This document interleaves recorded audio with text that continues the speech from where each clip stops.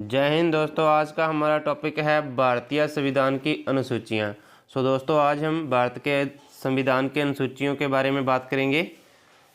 इनसे दोस्तों सीधे एग्ज़ाम में क्वेश्चन बनते हैं। एसएससी, रेलवे, जो और भी कंपटीशन एग्ज़ाम के दोस्तों जितने भी एग्ज़ाम हैं कंपटीशन के, तो सब में दोस्तों इनसे जो क्वेश्चन पूछे जाते हैं वो दोस्तों आज हम सभी भारतीय संविधान की अनुसूचियाँ डिस्कस करेंगे कि मूल संविधान में कितनी अनुसूचियाँ थी और वर्तमान में दोस्तों कितनी अनुसूचियाँ हैं। शुरू करते हैं दोस्तों आज का ये वीडियो बिना टाइम ख़राब किए।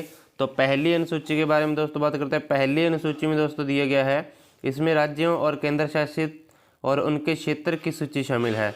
पहली अनुसूची में दोस्तों भारतीय संविधान के जितने भी भारत में दोस्तों राज्य और केंद्र शासित प्रदेश हैं तो उनके बारे में दोस्तों बात की गई है पहली अनुसूची में।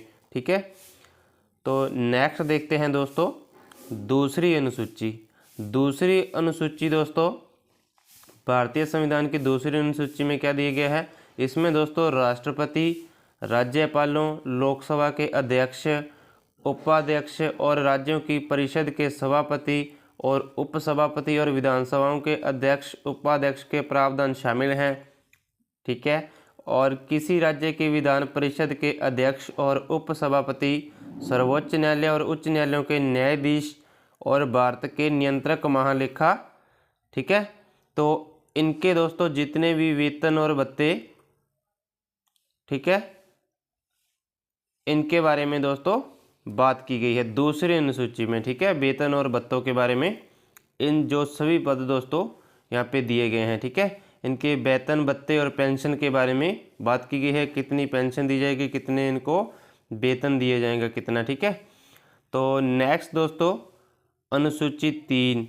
तीसरी अनुसूची में दोस्तों क्या दिया गया है, जितने भी दोस्तों हम दूसरी अनुसूची में, ठीक है, पढ़े थे तो उनकी दोस्तों सभी पदों के लिए जो शपथ, ठीक है, शपथ का दोस्तों जो प्रावधान है वो तीसरी अनुसूची में शामिल किए गए हैं। ठीक है, शपथ यहाँ पुष्टि के रूप में दोस्तों तीसरी अनुसूची के बारे में बात की गई है। ठीक है, तीसरी अनुसूची में।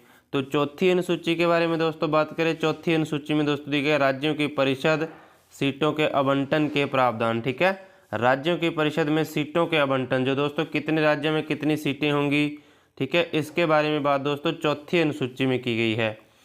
नेक्स्ट दोस्तों पांचवी अनुसूची में क्या कहा गया है, पांचवी अनुसूची में दोस्तों अनुसूचित क्षेत्रों और अनुसूचित जनजातियों, प्रशासन और नियंत्रण के प्रावधान शामिल हैं। ठीक है, एससी एसटी के दोस्तों प्रावधान किस अनुसूची में दिए गए हैं, पांचवी अनुसूची में दिए गए हैं। ठीक है, इसके अलावा नेक्स्ट दोस्तों छठी अनुसूची में क्या दिया गया है, छठी अनुसूची में दोस्तों असम, मेघालय, त्रिपुरा और मिजोरम, इन 4 राज्यों के दोस्तों जनजातीय क्षेत्र के प्रशासन के प्रावधान छठी अनुसूची में दिए गए हैं। ठीक है, असम, मेघालय, त्रिपुरा और मिजोरम, इन 4 राज्यों को छोड़कर दोस्तों बाकी जितने भी राज्य बचते हैं, ठीक है, उनका दोस्तों पांचवी अनुसूची में उनके बारे में चर्चा की गई है। और इन 4 राज्यों असम, मेघालय, त्रिपुरा और मिजोरम के जनजातीय क्षेत्रों के प्रशासन के बारे में छठी अनुसूची में बात की गई है। ठीक है, सातवीं अनुसूची के बारे में दोस्तों बात करें, सातवीं अनुसूची संघ सूची, राज्य सूची और संवर्ती सूची सातवीं अनुसूची में शामिल है। ठीक है, संघ सूची, राज्य सूची और संवर्ती सूची के बारे में दोस्तों सातवीं अनुसूची में बात की गई है। ठीक है, इसके अलावा दोस्तों आठवीं अनुसूची दोस्तों मान्यता प्राप्त भाषाओं से संबंधित है। इस अनुसूची में दोस्तों 22 भाषाओं को शामिल किया गया है। ठीक है, प्रारंभ में जब दोस्तों संविधान लागू किया गया था, शुरू में दोस्तों मूल संविधान में 14 भाषाएं थी। ठीक है, और 1967 में दोस्तों सिंधी भाषा को शामिल किया गया। उसके बाद दोस्तों 1992 में 3 और भाषाओं कोंकणी, मणिपुरी और नेपाली को दोस्तों शामिल किया गया।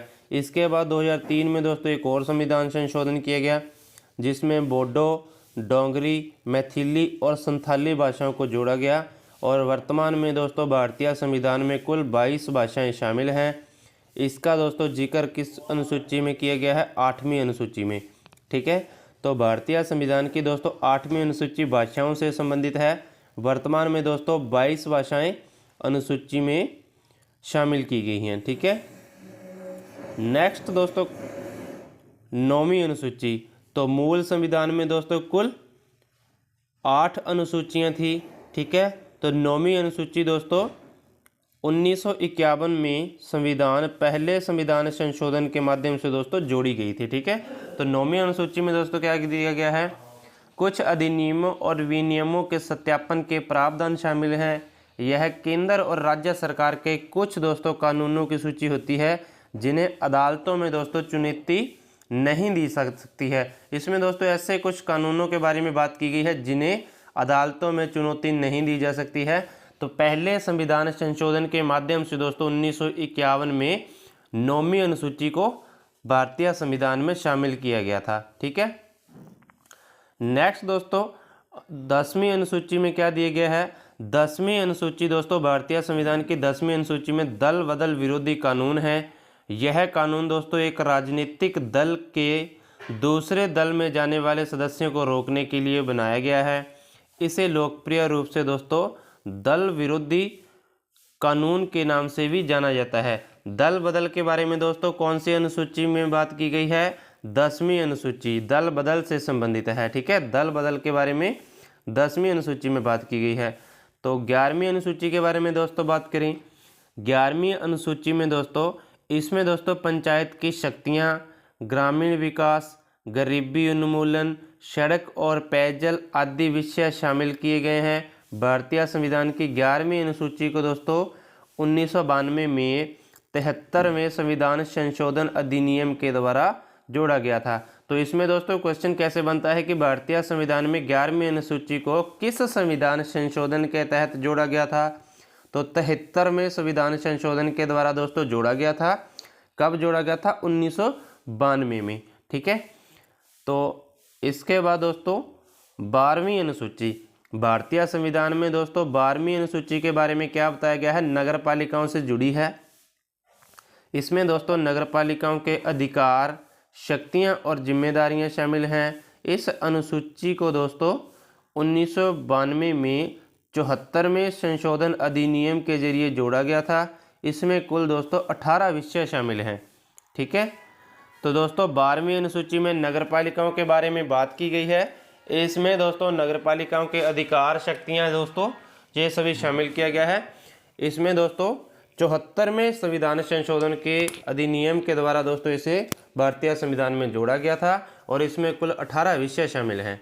ठीक है, तो ठीक है दोस्तों, तो ये आज हमने संविधान की अनुसूचियों के बारे में बात की। मिलते हैं दोस्तों नेक्स्ट टॉपिक में। जाने से पहले दोस्तों वीडियो को लाइक, शेयर और कमेंट करके ज़रूर बताना कि वीडियो कैसा लगा।